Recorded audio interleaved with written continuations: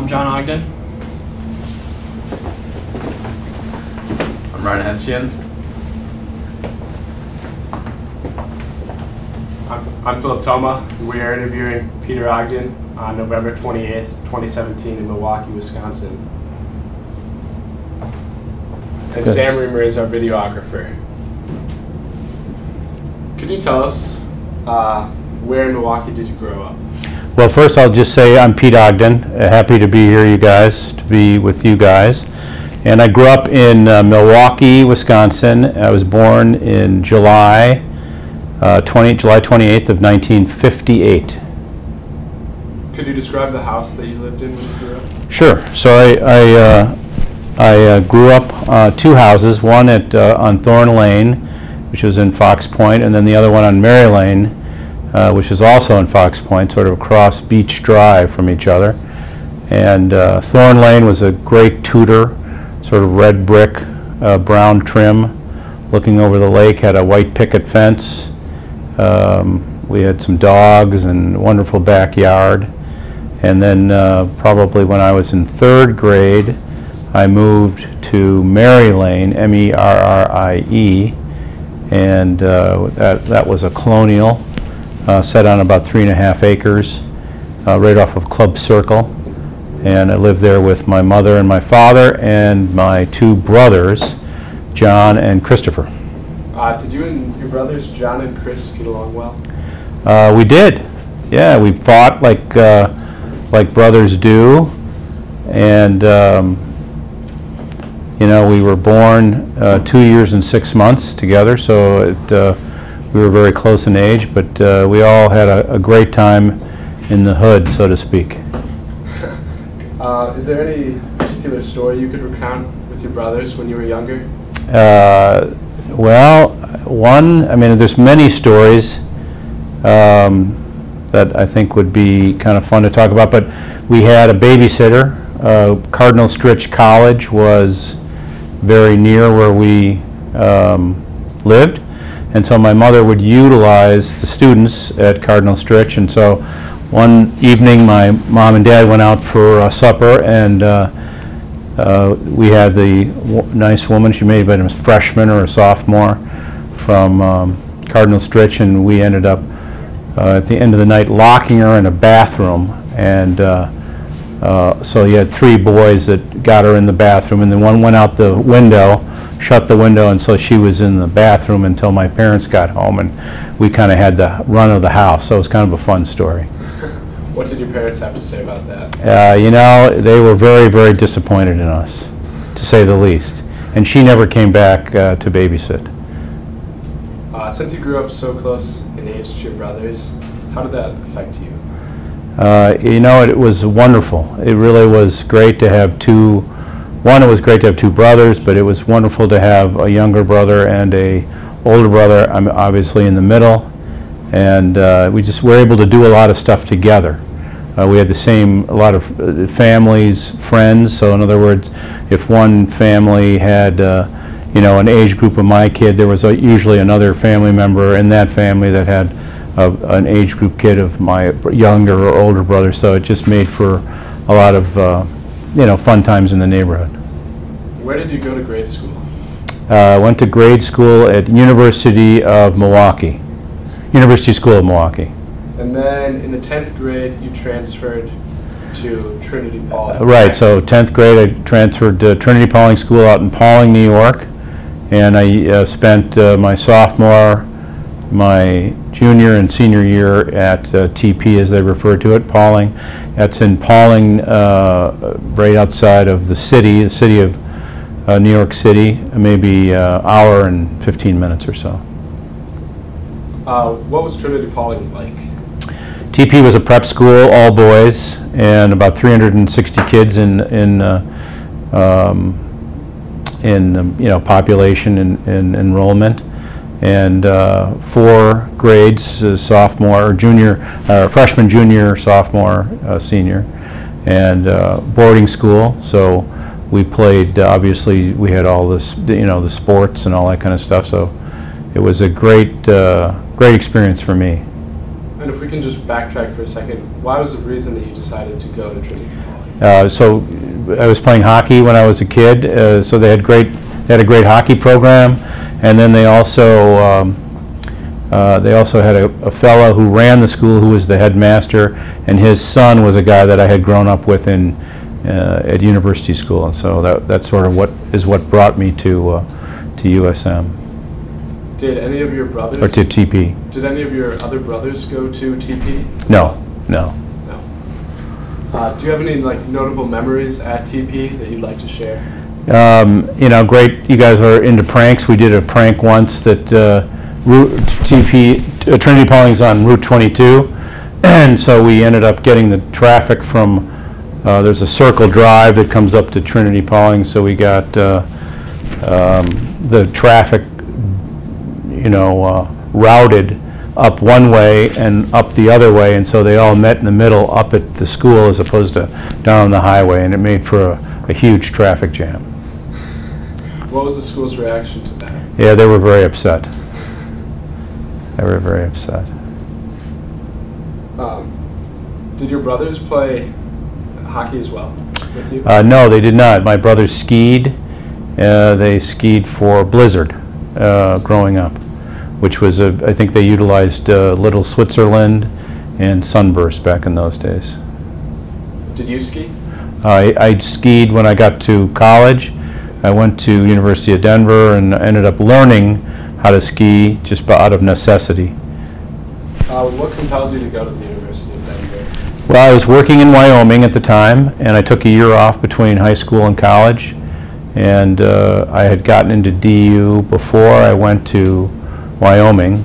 Before I left high school, and so I had called them before, after I left to say I was going to take a year off between high school and college and work in Wyoming. I had worked in Wyoming for almost 7 years prior to that, and so I continued to work there, and then when I was done during the school year, I went back to DU. Where did you work in Wyoming? Worked in Cody, Wyoming for a while, and I worked in Jackson Hole for a while, all through high school and through college.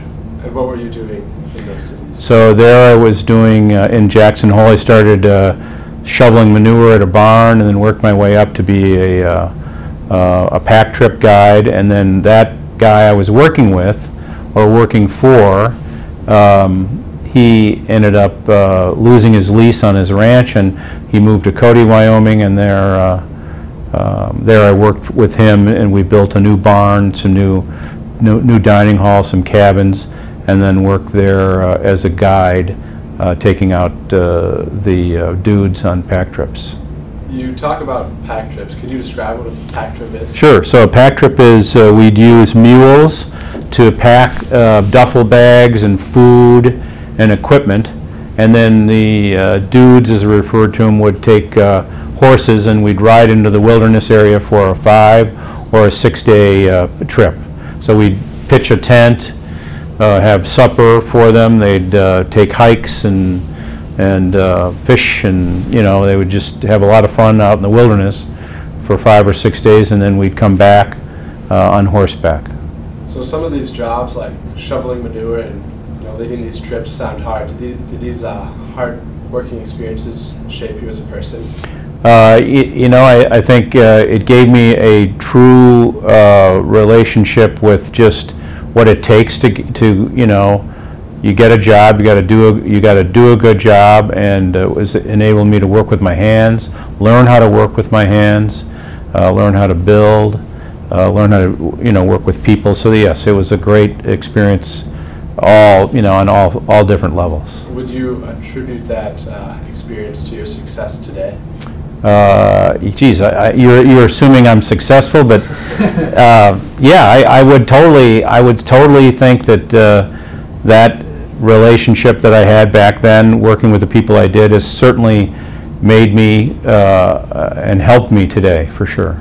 So then after you left Wyoming and went to the University of Denver, what was your initial calling in college? What did you want to major in? Well, I started majoring when I entered school. I had been accepted to the Hotel and Restaurant Management School.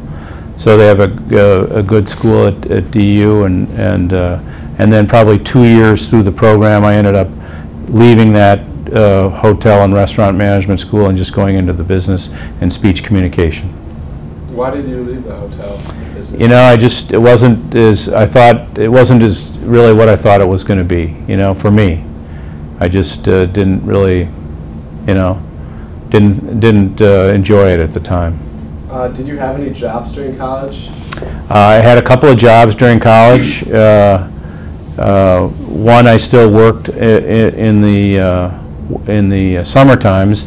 I worked at Cody, Wyoming, for the Teton Valley Ranch camps, and then during college I worked for Morgan's Liquor Store, a guy named Joe Morgan, and I was a cashier. I stocked the shelves, stocked the refrigerators, and I worked there for 4 years. And early on, when I first got to DU, I was what they called scullery. So I worked as a dishwasher in one of the dining halls, and then my sophomore year, because of the hotel and restaurant management school, they asked you to work at a restaurant. So I ended up working at Hooligans, which is owned by Ralston Farina, and I worked as a dishwasher. What was that Hooligans experience like? So it was a great experience. That I don't want to be a dishwasher. You know, I want to get a good education, and I definitely didn't want to be a dishwasher. You know, you have a good feel for how people sort of treat dishwashers. The cook would always come in and yell at me and say I wasn't fast enough, and I need more of they cooked everything on an iron skillet at Hooligans, and or Houlihan's, and so I just, you know, I was glad I had that experience to know that that's not what I wanted to do. What type of food did they cook there? They cook American, you know, cuisine, so anything you see at a normal restaurant of that. Earlier you talked about working at the Teton Valley Ranch camps.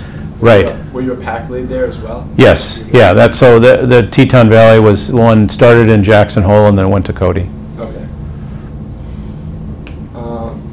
Were you a member of a fraternity at the University of Denver? I was not. I played rugby, and so in many ways that team was a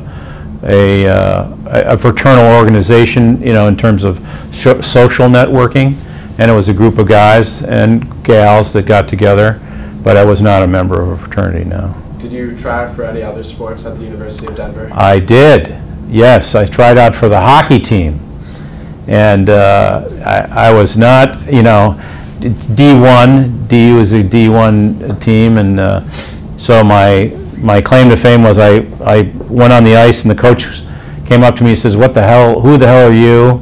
He used different words, but I said, "I'm Pete Ogden. I'm just showing up to try out for the team." And the guy's like skated away, and so finally we were just skating around, and he blew the whistle. We ended up down on the blue line to do some crushers, and he blew the whistle to start, blew it again, and he said, "Ogden, you're out." So that was my all of 2 seconds on the ice with those guys. Do you remember what the coach's name was? Johnson. Do you have any other very memorable experiences at the University of Denver? You know, just it was a great place to be at that time. I liked the outdoors. I love the mountains, and so as I had been working in Wyoming, it was very similar in terms of the outdoor experience. So it was a great place for me to be.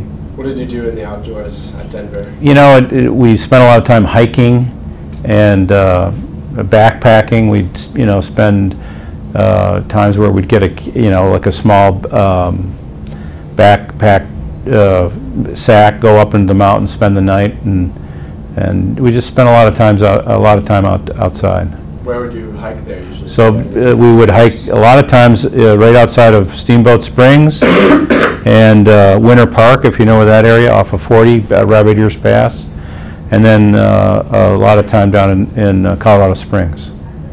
Did you ski during the winter at the university? We skied socially, you know. Socially. Yeah, right. Where did you live when you were at the University of Denver?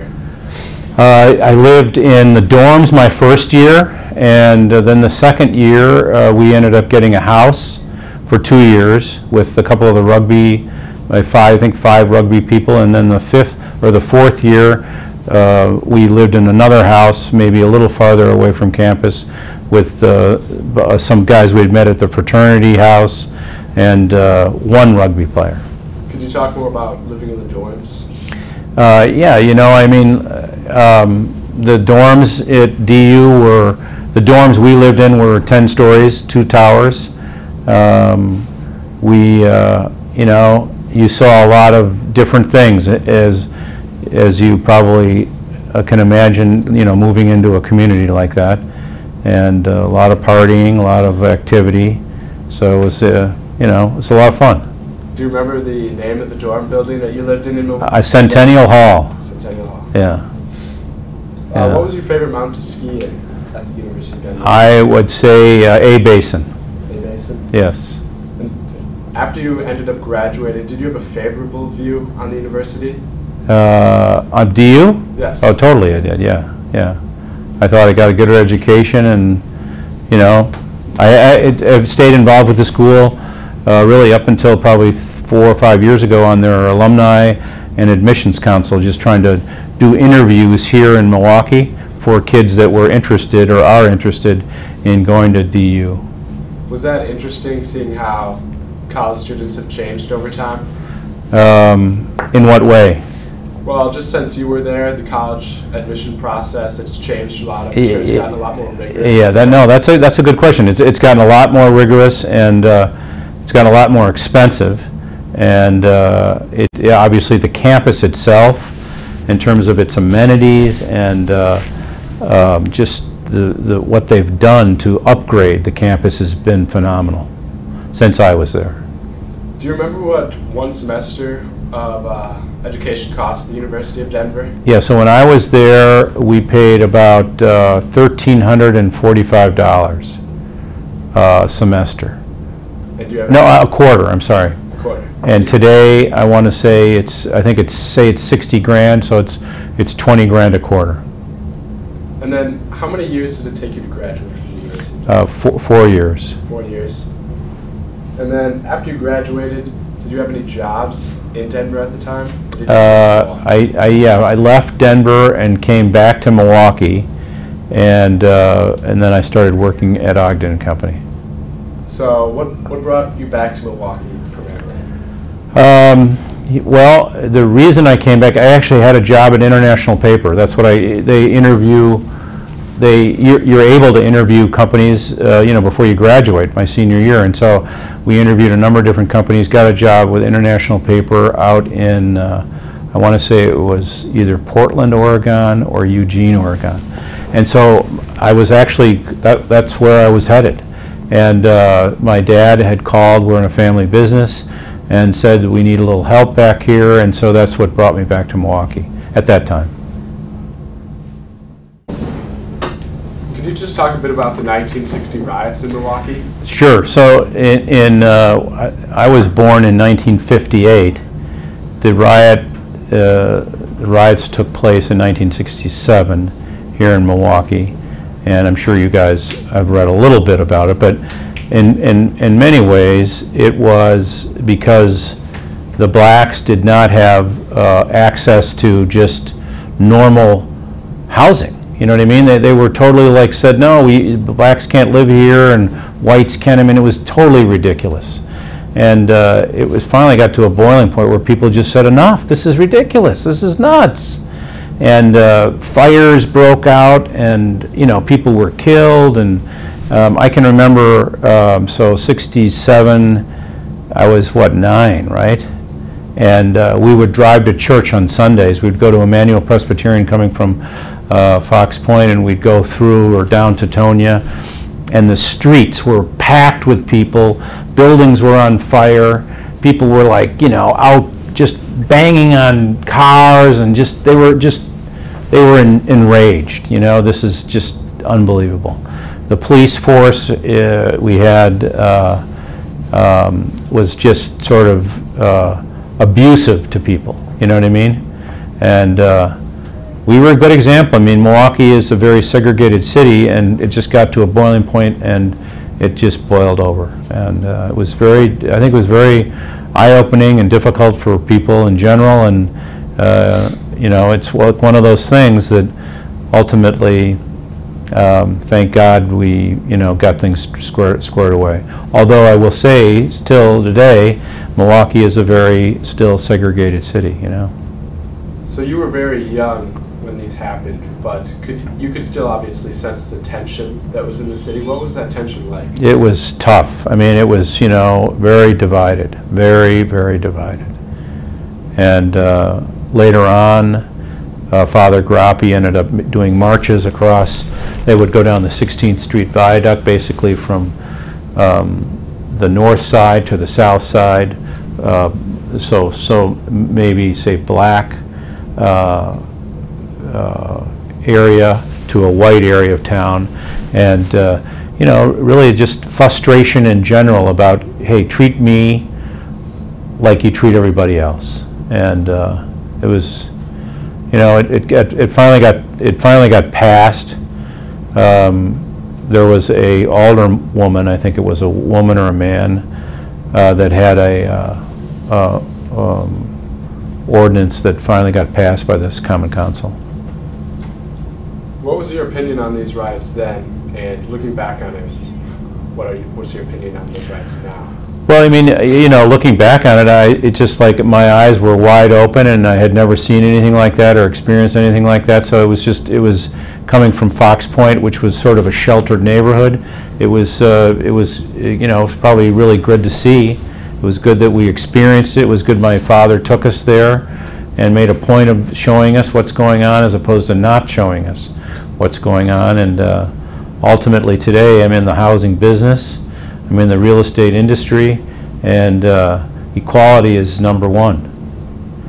So you said your father took you close to those riots. How close were you getting? We'd drive right down the street, and so right, you know, on all sides of us, the riot was going on.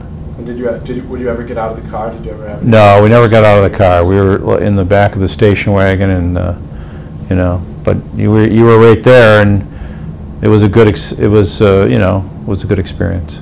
What was your father saying to you during this time? I don't think he said a lot. He just sort of drove us through the neighborhood, and you know, it was enough to see what was going on. Did you have any family or friends that were injured in these riots? We did. I did not. No. And how did these riots personally affect you? You know, I think it's just a memory in my brain, in my mind, that will be with me forever, and I think that's probably a good thing. That, you know, that this was not right, meaning how these people were treated was not right, and they finally, you know, spoke up about it, and we finally, you know, there's still issues today, but you know, it was something that people felt very strongly about, and enough was enough. After the riots, do you remember how the city felt following the riots? You know, I think the city still is divided, you know, on many fronts. I really do. You know, and every opportunity that I think is presented to us, we have to take so that we can, you know, we can push equality further and further. So in the real estate business, obviously equality is huge. It's huge. Well, it's just like no different than you guys take probably certain things for granted, and you want to be able to. Everybody should take those things for granted, and that isn't really the case a lot of times. You know, I mean, so it's important that you know the history of that and you understand what they had to deal with, so that you know, we understand that, so that we can't make those mistakes again. So transitioning to the real estate business, like what compelled you to work for Ogden Realty? So a family business, and my grandfather actually started the company that I work for now, and I just thought when I was, you know, when you guys said, hey, we're going to ask a bunch of questions, I thought I would go back in and just pull some letters that I thought would be of interest to you guys from both families. So I'll start with the Ogden family, and I thought you'd find some of these interesting. So this is a letter that was written by my grandfather to my dad, and he ended up he started the business that I work for now back in 1929. So this letter is dated 1936, and some of the same stuff. Let me just find the right letter here. All right, so yeah, this is November 6, 1935. And in the letter, our company originally started as Ogden Schaefer Company. And in the letter he says, work hard this year, the foundation of the scholastic record that my freshman may carry him through the other 3 years very well. You will be surprised how much easier it will be even next semester as far as your ability to make the best use of your time and easier concentration. And then he goes on just to show you guys in terms of, the cost of education. It was very expensive to educate a youngster in those days, and in his days when he was at school, he was given $80 and he had to make that last a quarter. So that's 1935. But in 1935, part of this other letter states that they ended up selling, he was able to buy Guido Schaefer out, so it became the Ogden Company, and then Guido split off and started his own business. So I just thought that was kind of an interesting thing for you. And then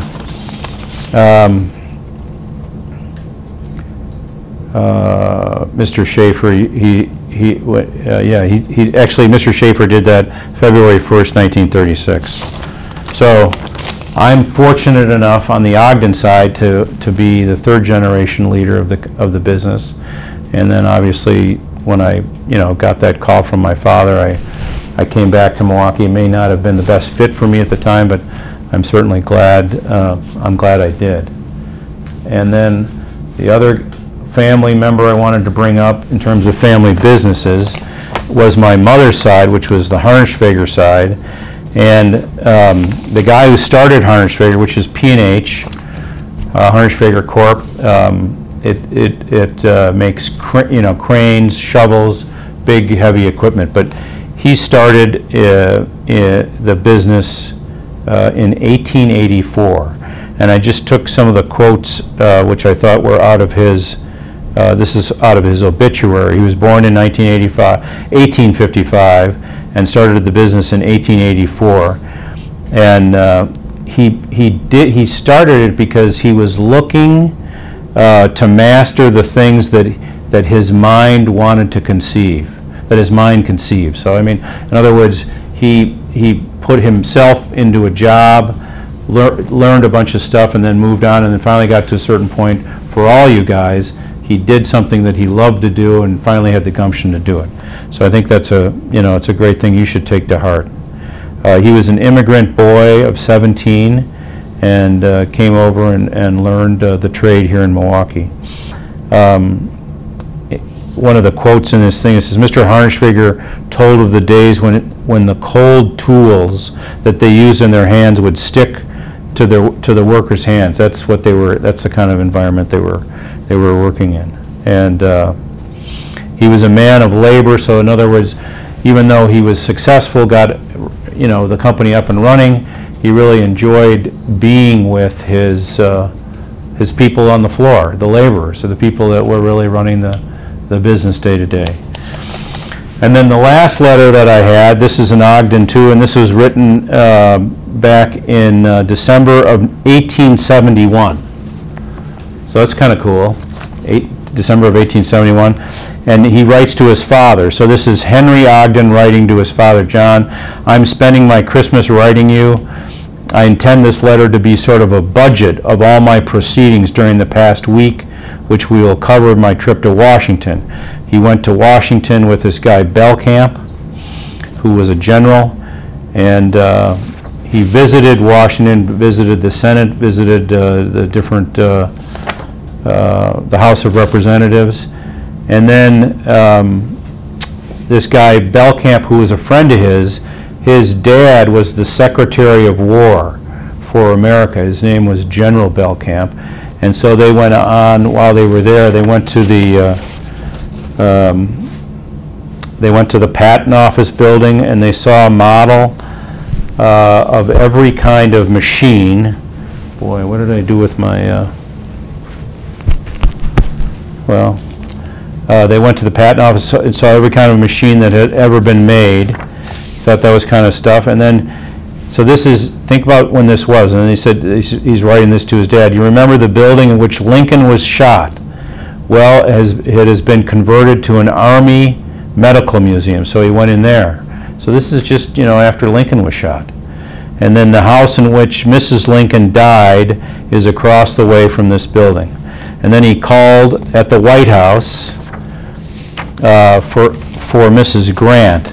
And Mrs. Grant, the president's daughter, they came down. It's a very stiff call, he said. And they came down with 2 other gents and 3 other women, and then they met in the green and the red room that evening. So that was kind of a cool thing. And then he goes on to say that Belknap is coming to Madison to be present at the Army reunion, which will probably pass through Milwaukee on his way, and he hopes that Milwaukee folks will turn out and give him a healthy reception. Then I thought, when he signs the letter, back in those days, it's, I remain your affectionate son, Henry M. Ogden. So just a different, you know, something that you guys probably aren't used to now, but people, you know, wrote, that was their main way of communication, was letter writing, you know. And so it's just neat to see the history of the families, and it's kind of neat to read those letters. So your mother, she was a harness fagger. Could we talk more about like harness fagger and like the type of work they did and what they meant for Milwaukee? Sure. So harness faggers started, you know, heavy machinery, overhead cranes, shovels, and my grandfather, Walter Harnischfeger, great old guy, had a straight leg. He got injured in a horse accident, and but he would walk the floor of the plant, shake hands, you know, with all these guys, probably once a week, and that was a big deal to him. I remember that as a kid, and just to stay in touch with not just the higher ups in your company, but to stay in touch really with the people that are doing your day-to-day labor. And then Harnischfeger went on and unfortunately went out of business, bankrupt, and then it was reopened by Joy Global, and then ultimately, just recently, this year, or last year, it was bought by Komatsu, which was a Japanese firm. So you said that your grandfather, he was very personable with the workers at his factory. Yes. Do you use that same type of philosophy in your real estate business today? I do. We have a total, I think it's a great question.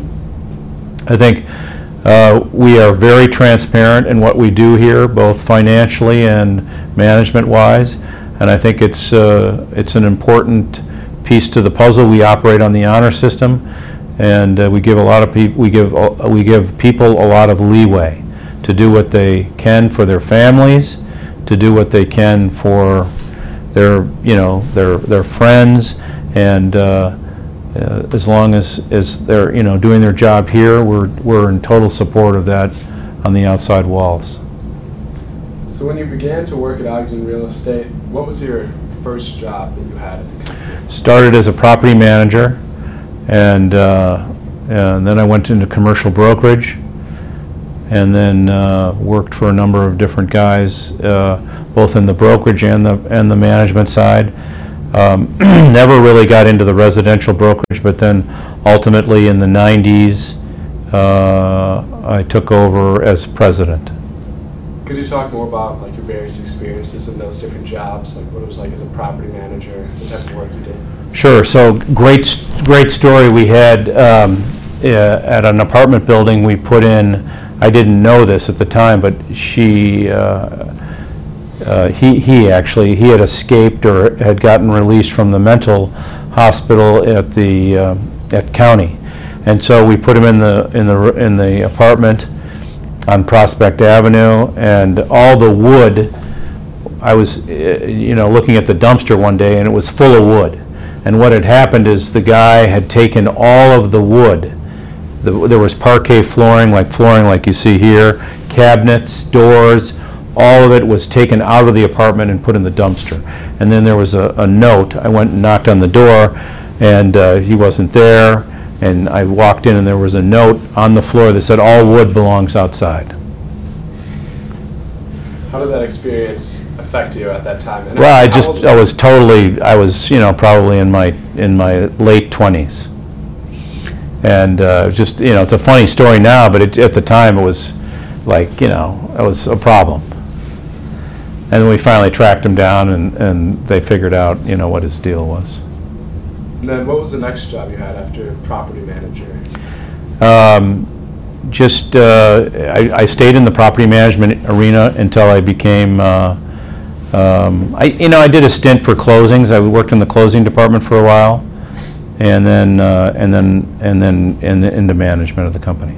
So in the closings department, could you describe what type of duties you had? So if you put together a piece of, you put together an investment piece of real estate, you sell it, find a buyer, the seller, you prepare the paperwork for it, get all the leases put together on all the sides, financing if that's needed, and then you prepare the paperwork so they can sign a document and then transfer the title. What were some of the bigger closings that you did at the time?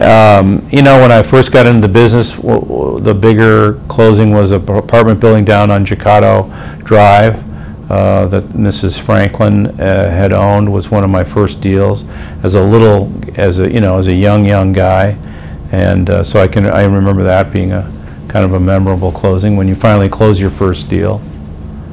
That was a good deal. So then in the 90s, you took over for your father as the president of the company, being the third generation leader. How did that feel? It felt great. I enjoy being here. It was something that I did not really. It took a long time to get to that point, in terms of grappling with being in Milwaukee and doing this. But it's something that I was very proud to do at the time. What did that? And still am. What did that mean to you at that time? To be the president? Yeah. Well, it means. I want to say I like to be a low-key leader, so it isn't like I want the title. It was nice to be able to make some changes in the company that I saw would be beneficial for everybody, and so it was, I was encouraged that I could make those changes myself and see what happens. What were some of the changes that you made? So we became very transparent. We shared a lot of information with our people. We sort of removed, in many ways, the 8 to 5, timeline in terms of they had to be here at 8 and then they worked till 5, where we gave more leeway to people. What do you think your biggest accomplishment in the Ogden real estate company has been so far? Well, we're in business. I think that's a huge accomplishment for what we've gone through in terms of the recession. This last recession that we went through was very, very difficult on a lot of people, especially my age, in terms of that I've grown up in the business with. They had to retool and get into different businesses, and so I think having a company that has been around for almost 90 years is a huge accomplishment, and I think the people that we have are really my number one concern. People that work here, and we have a good group of people, and so if we all look out for the company will look out for them. How did this housing market collapse occur? Like, what were the specific effects it had on your business? Huge effects. I mean, in many ways it was positive because we're in the property management business. All of the issues that happened to builders, to developers, to banks, they needed professional help to come in and manage, third-party management to come in and manage the assets that they had loans on, or that they had money in, or they needed property management. So that was a really huge lesson in diversification. The company was diversified, is diversified, so that it's on the development side, it's on the brokerage side, it's on the management side, it's on the maintenance side, it's on the construction side. So all those different facets just were so needed at that time. And on the tough side, we had development. We were pregnant with a lot of different projects, and all those projects you needed to feed. And you needed dry powder, meaning you needed cash. And you had to continually feed it. And I think a big lesson was, for a lot of people, is in the past it was maybe a short period of time, maybe 2 to 3 years. But this recession lasted 5, maybe even 6 years. And so it put a lot of people under in that period of time that weren't in a position to weather the storm. But being diversified really was a huge benefit to this company. Could you talk about the third-party management system and like how that diversified your company and helped you? So third-party management, if you're familiar, so you've got commercial property, industrial, retail, multifamily, condominium, all that type of property. And you would manage for other people. So third party would be if you owned an asset, or a group of people owns an asset, or an association like a condo, they would hire a third party management company to take care of their bills, collect their dues, collect their rents, negotiate their leases, do their maintenance, that type of thing. Was this recession something that you could have prepared for, or no? It's a tough question. That's I think some people knew. It's just a matter of what timing it would be. So those who knew, or even if they didn't really know, they just felt it, they were protected. But I think across the board, most people were affected in a negative way. Although, I mean, on the property management side, I think people were affected in the positive way, just because that business flourished because there was such a need for management services. A bit earlier you talked about how you had projects that were pregnant and needed cash. What were some of those projects? Could you talk about them? Sure. So we had condominium projects, we had subdivisions, we had retail and office projects that were all up and running.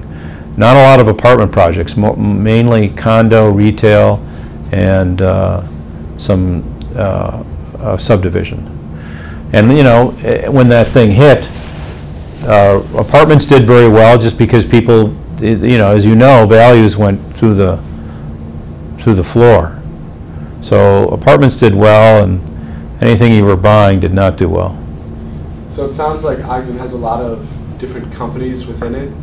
Could you talk about what different companies? Sure. So we have a brokerage arm, both commercial and residential. We have a property management arm, both here in Milwaukee, Wisconsin, Minnesota, and then we have an office in Arizona, in Phoenix, Arizona, HOA management. And then we have a construction arm, Ogden Construction Group. We have a development arm, Ogden Development Group, and then we have a acquisition and institutional investment group. So it's called Ogden and Company Investment Partners. How do these different organizations or companies work together to build great projects? Yeah, so I mean the idea is that you either buy or develop the real estate, and then the company manages it, and then ultimately the company would broker the property out, and then during the time you manage it, you're maintaining it. So you're painting, you're carpeting, you're supplying all those day-to-day activities. So you talked about a company that's in Arizona. Could you talk about what drew you to start that in Arizona? Yeah, no, that's a good question. So we went down to Arizona 13 years ago. We went there because M&I Bank at the time, excuse me, we were managing their facilities here in Milwaukee and Wisconsin, and so they wanted, the fellow that we were working for wanted to retire, and so we were going to take over the facilities in Arizona. And at the last minute, we had set up a shop, moved Ken Higgs down there, and he said, you know what, this is not that bad. Phoenix is pretty nice. I think I'm going to just continue to work. So we had about 6 months to find a business. We were able to find an existing management business that we bought. It took about 7 months, but we bought it, and then the rest is history. So today we have about 15,000 units and about 22 people that work down there. Can you describe how the business has spread throughout all of Metro Milwaukee? The Ogden business? Well, so, when really I got involved, the company was mainly made up of just property management, portfolio, and commercial brokerage. We had prior to me getting involved, certainly during my dad's tenure, we had done mortgage brokering. So we did brokering for NML and loan servicing for Aetna, Travelers, places like that. And then so over time, in the 60s, the business, we got into the residential brokerage. And then ultimately in the 80s and 90s, we ended up getting into the construction business, the development business, and then on the management side, as that grew, we ended up getting involved with pest control, painting, maintenance, snow plowing, landscaping, all those ancillary businesses that you do while you manage a property. What is the biggest arm of Ogden? Management is. Management? Yes. And then comparing the markets in Milwaukee and Arizona, could you just talk about those two markets? Sure, totally different markets. It's nice to be in two markets, and Milwaukee is much more conservative and much more sort of stagnant, if you will. The Phoenix market is up, down, up, could be huge highs and then huge lows. And certainly Phoenix, you're dealing with a community or an area that has a great climate, so you do get a lot of snowbirds, as they refer. So you get a huge surge, during the months of, say, September through May, and then in the summertime, it's you get just the normal population. And how do you deal with those surges? How do you factor those into the business? You don't really. You don't treat it any other. I think if you were going to sell something, you'd probably have a better chance at selling it when you have, certainly on the residential side, when the market is heating up with all the people coming back. In other words, when the snowbirds come back to the climate, to the sun, then you've got a better market to sell residential. But I think, in general, it's 12 months of the year. What different problems do you encounter in Arizona than you encounter in Milwaukee? Well, I think our work ethic here is much better. I think their urgency is nothing like ours. I think it's much more laid back. I think the heat and the lack of rain is just just a different climate, very dry, and believe it or not, the cost of living is it's probably more, the cost of living is higher here than it is down there. Would your ideal resident in the Phoenix area, would it be a snowbird or would it be a year-round resident? Yeah, it'd be a year-round resident, ideally. How do you target those year-round residents? What strategies do you employ to make sure you get? Well, I think in our business, we manage homeowners associations, and ultimately we end up dealing with a lot of the snowbirds because they are there. The reason they chose a condo or homeowners association to live in is because they can turn the key and shut the door and go home. And so I don't think our strategy would be to deal with, I mean, our strategy is to deal really more with that type of our hope is to broaden our scope down there and get more involved in the commercial sector of the business, so the retail, the office, and the industrial. And then I think that would open the door to dealing with people 12 months of the year. You know, it would be more of a homegrown organic company. So you talked about like future aspirations in retail down there. Could you just talk more about that, like specifically what those aspirations are? Well, we've hired a broker to run that area of the business. He's been with us for 2 years. His name is Frank Demeter, and he's doing a great job. He's opening doors, and he's on the brokerage side. So his intent is hopefully to open up the door so that he can get some property management business by dealing, you know, with some of the would-be sellers or would-be buyers. Do you think the business in Phoenix will expand to the size it is in Milwaukee here? You know, it'd be nice, but I don't think that's going to happen. I think it has the ability to happen. I think it's just going to take some time. And is there anything that would prohibit it from growing to this size? No. No. How does your company positively impact the city of Milwaukee? Well, you know, we hugely try to be a part of the communities where everybody lives. So whether that's on a baseball team, whether that's on a church, whether that's at a school, we try to support those organizations, both financially and through you know, our employees. And certainly in the city, Milwaukee, in terms of UPath and United Way and all the different organizations that we're involved with, we try to donate, and we've had a long-standing food drive for Thanksgiving where we try to supply as many meals as we can for a parish on the south side. But I think you'll see that it is very meaningful, and there's a lot of rah from the group for those types of things to do outreach for the community. So you've lived in Milwaukee for quite some time. Could you talk about some of your favorite spots in Milwaukee, including your favorite restaurants or your favorite bars? Yeah, that's, God, there's so many. I mean, the Wonder Bar, that's where we went after we got married. That's sort of on 55th and Beleath. That's kind of an old hangout. I would say downtown, I love the museum. The Milwaukee Public Museum. I think that's a really neat place. We're very, very fortunate to have that on many levels. The zoo is a great spot. We used to go to the domes as a kid. It's the Mitchell Park Domes, and that's a beautiful spot as well.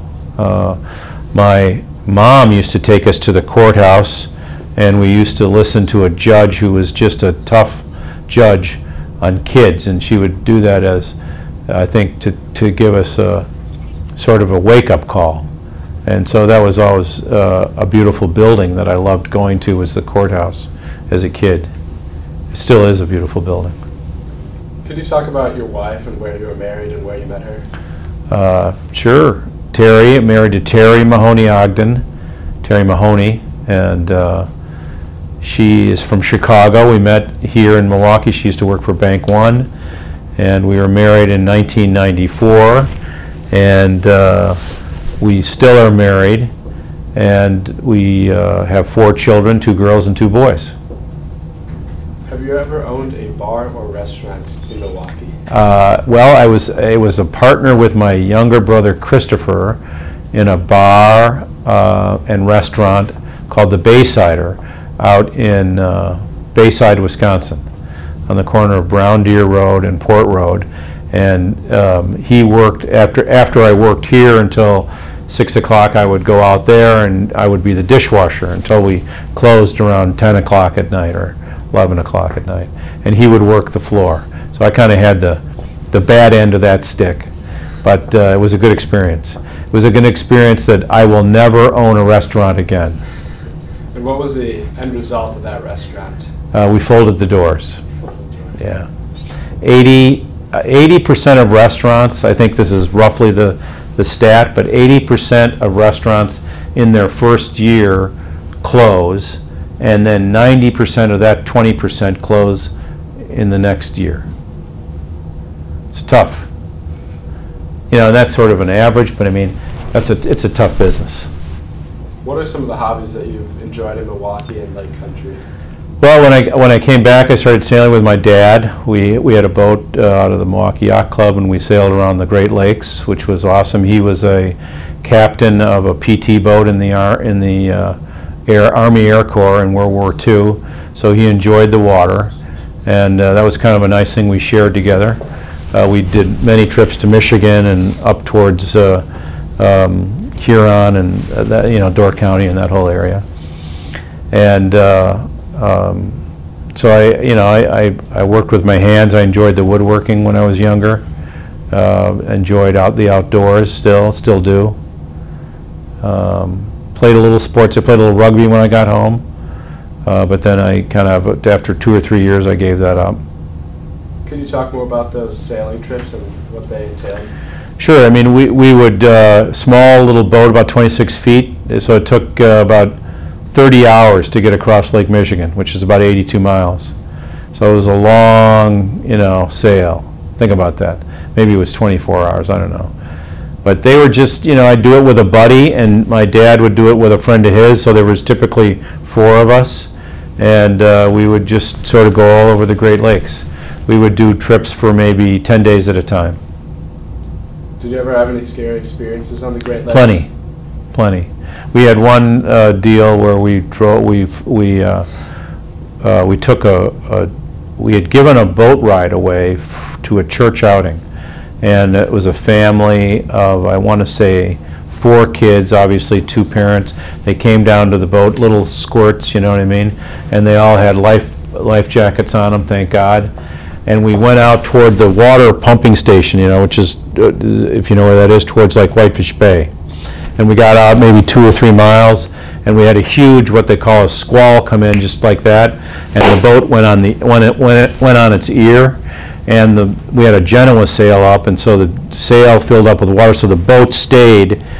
It was a full-length keel, which is a deep water boat, but the boat stayed on its side, and all the stuff, all the downstairs started filling up with water, and so the kids are floating out in this water. The little kids are floating out in the water. So I got out in the water. We got the sail down.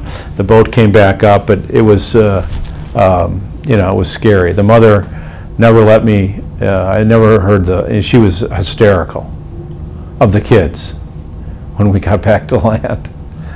Did that experience scare you from future sailing? No. I just, it was a good lesson that things can change in a minute. And how have you continued sailing today? So today I sail out in the inland lakes on Pewaukee, and I sail e-boats and have for 25 years, and my kids sail X-boats and Optis and MCs. So for fun in Milwaukee, did you ever go to any Brewer or Packer games? Big Brewer fan. I was at the '82 World Series. It was a great series. Stormin Gorman, Robin Yount, what's his name, Vukovic, they were all there. We lost the series, as you guys probably know, but yeah, it was a great experience. We're lucky to have the Brewers in Milwaukee. Could you talk more about that World Series experience, like how many games you were at? We went to I think we had 3 or 4 games here in the World Series, and we sat right behind the dugout. It was a great seat. It was just wonderful. Something I'll never forget. What was the vibe of the city during It was happening. People were pumped. Were pumped. Yeah. When we won we were in the American League then, so when we won the AL pennant, the Wisconsin Avenue went nuts. We got in the car, drove down the avenue, and people were just, they were going nuts. And how old were you when this was happening? So I was probably 22. Yeah, I just graduated from college. Did you have season tickets for the Brewers when you were growing up? We did, and still do today. So did you get to go to a lot of games when you were growing up? Yeah, I mean, I think, you know, not a lot, but I went to my fair share, yeah, because we had, you know, I had two other brothers, and my dad enjoyed going with a bunch of his cronies, and so we didn't always, I mean, we got everybody tried to get to go as many games as they could. Did you have any close experiences with any of the Brewers players or organization, or members of the organization? You know, my brother Christopher was a good friend of Wendy Seelig, so they hung out together. And you know, when I was president of BOMA, I introduced Bud. Bud at that time was not the commissioner; he was just running the Brewers, and so he was very. That was probably 1985, maybe 1986. You know, they were very happy to have the Brewers in town, so that was kind of a big deal. And then the Packers. Did you ever get up to a game at Lambeau Field? I do. I enjoy the Lambeau. I enjoy the Packers. Yeah, you know, they're kind of hanging in there right now. Could you talk about your first experience to Lambeau Field? I would, let's see, gosh, I don't even remember, you know, I can't. We used to go with my dad to County Stadium, and we had the Milwaukee package, and so we'd go to 3 games there. And I remember the guy sitting in front of us for years. He smoked a cigar, would bring his kid, and he was kind of like he was kind of like a fixture. You know what I mean? So Lambeau, I remember seeing it, and now I love going. Could you talk about the different associations that you're a part of? So I'm involved with the Institute of Real Estate Management. I'm involved with the Association of Realtors, both the National Association and the Wisconsin Association of Realtors, through the Greater Milwaukee Association of Realtors here locally. I'm involved with the CCIM organization, which is a certified commercial investment manager, and involved with MMAC, which is the Milwaukee Metropolitan Association of Commerce, and then the Greater Milwaukee Committee as well. Could you go in depth on, well, I guess we could start with the Greater Milwaukee Association of Realtors and what you do with that association? You know, all these associations are member-driven in the sense that you get out of them what you put into them. So if you go and immerse yourself in the membership and the different networking events, it's a great organization. The other thing that you certainly get from them is networking and education. So if you need questions, if you have ideas, and you need things to bounce off of people, they're great sources for that type of thing on all levels of all those associations. And what is your role in that association? In the Greater Milwaukee Association. I'm a past, like I was involved on the board of the Commercial Association of Realtors. At IREM, I was a past president. At BOMA, I was a past president. And at MMAC, just a member. Could you talk about your experience as president of BOMA? Great experience. You know, you get to go to a lot of things on the national level, both BOMA and IREM, and so you meet people on a national level around the country. You can utilize those contacts for sources of just if you have issues. People are I think more interested in sharing with you their viewpoint because they don't compete with you in your own city. So I think they're more honest and they're more open. So I think those relationships become very valuable as you go through life for that simple reason. So how has Milwaukee transitioned around you since you grew up to now? You know, it's like night and day. I mean, when I was your age, you guys, and I left Milwaukee, nobody wanted to be here. You know, nobody wanted to come back here. I mean, everybody wanted to go to a different city, experience a different, you know, just something different. And, excuse me. Today, this city is vibrant. I mean, it's a great place for people to come, for people to be. And we have so much going on today. I mean, so much more going on today than we had back then. So I think we're, you know, it's a great place to be. We're lucky. We're lucky for what we have today compared to back then. From a real estate standpoint, what are your thoughts on the controversial location on where Miller Park is located, and would you like to see it downtown? Yeah, I think it's in a lousy location. It's a two-edged sword, right? So it's there because Bud Selig wanted the revenue from the parking, right? So that's why, you know, they tailgate. That's all great. I get the revenue part.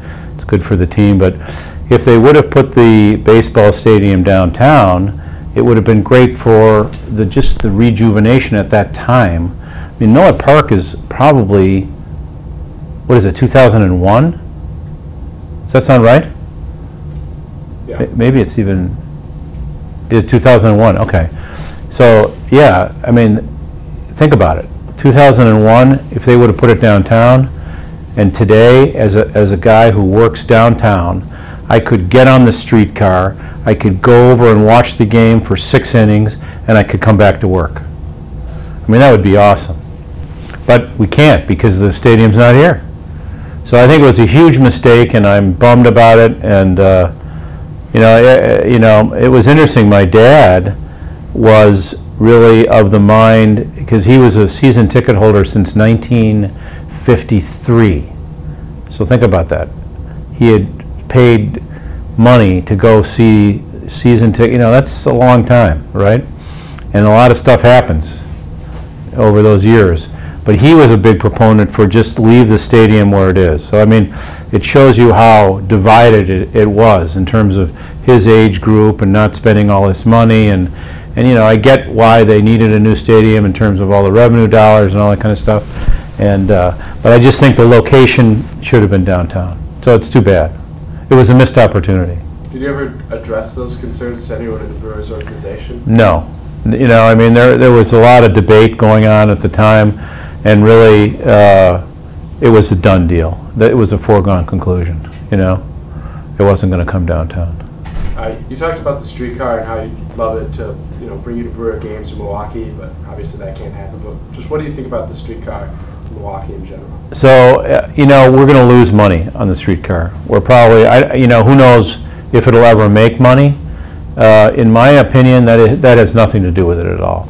We need the streetcar because we need the image, and we need the kind of the fun stuff that goes along with it. The chutzpah of having a streetcar. We just need it because we certainly need to move people and transportation. So I think in time, thank God we're doing it now, because people 30 years from now will totally appreciate that it's here. But it's probably not going to make money, and it's going to upset a lot of different people. You know what I mean? No different than the whole discussion that we had on the train. There was supposed to be a train connecting Milwaukee, a high-speed train connecting Milwaukee to Madison, and it got stopped. But I think, thank God we're doing the streetcar, and I think in your lifetime, you guys will totally appreciate that we have this nice piece of transportation. Think about it. Years ago, we used to have the interurban, which went all the way out to where Sam lives and where Jack lives, out west. And you see the rail, the electrical right-of-ways now.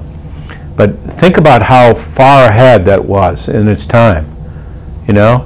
So I mean, thank God that Mayor Barrett has taken a leadership role and has gotten it done, and he's taken a lot of grief for it, but thank God he's stood up to it, and it's a beautiful thing, it really is. it's going to be a great thing for the city of Milwaukee. So the streetcar, it'll be a great thing that will draw a lot of people to Milwaukee. What are other new projects that you think will draw people to Milwaukee? Well, I don't know if you've had any opportunities, but NML just built a beautiful, unbelievable building. I was there this morning. I just walked the lobby and walked the whole outside, and it's striking. And I think the example of that building, of what they spent for that building, granted, most companies or most people wouldn't spend that kind of money, but what they did for the community, for the city of Milwaukee, is they built, they built something that in 100 years from now will be a landmark. It'll be something that people are like, oh my God, can you believe they did that then? And so those kind of things we are so fortunate to have those kind of things in this city. And we need more of them. And it's no different than if you walk into the federal courthouse. It's a beautiful building. That's the one that's on Wisconsin Avenue. You walk into the city courthouse, the county courthouse.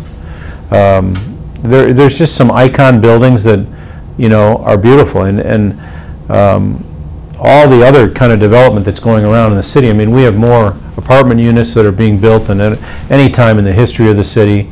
We really have more going on than any time in the city. I know we talked about the Bucks Arena for a while, or previously, but huge thing, for the city of Milwaukee, the arena. And now I think what it will do is catapult just the entertainment part of it. So it'll just be a destination point. That, granted, the Bucks are there, but there will be so many other venues that will resonate from that. And I think that will be huge for the community. What are your thoughts on the Bradley Center getting torn down? I'm so sad. I feel bad about that. Jane Brandley gave that as a gift in memory of her dad, and that's a tough pill to swallow, I think. But it's used its useful life, and like anything, it costs money to maintain it, to update it, and so at the end of the day, it's coming down. So are you in support, or? I think I get why they're doing it. I'm just sad to see it go. I'm sad to see it go from the standpoint that it was a gift to the city, and that's kind of a tough deal. And then from a real estate perspective, what do you think about the spot of the new Bucks Arena and the businesses and retail that they're developing around it? It's perfect. It's beautiful. You know what I mean? The freeway system is right there. The city is right there. It's on the west side of the river, which is, totally helps the west side, the whole west side of the city. Gives it a shot in the arm. And I think you'll see that it'll even help a lot of the tougher neighborhoods on the north, on the sort of, what would that be, the northwest side. It'll be a big boon for them. I mean, it really, if you lived, as an example, on 25th and Wells or 25th and State, you wouldn't think twice about walking. Now you can walk right to the arena. It's not a big deal, and so it'll be helpful on so many fronts. What are your future hopes for the growth of Milwaukee? Well, I think we have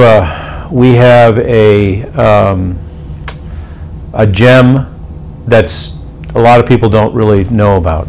Yeah, I really do, and I think the upside of Milwaukee is people will find out about that. I think you'll find there'll be a huge amount of development because of what's just been created in this last, say, since 2010. And I think once people realize, people that live here or, that come from out of state and come from other areas, they can't believe what we take for granted. I mean, really, that's really the truth, you guys. We are blessed with this city and what we have. And so I think you'll see that more people will realize that, more corporations will realize that, and we're going to see huge growth in this city and this whole region. I mean, Foxconn is a whole nother, opening of a door, and it's going to be a big run. All right. Well, thank you so much for your time today, Mr. Ogden. We really appreciate it. You're very welcome. All the best to you guys.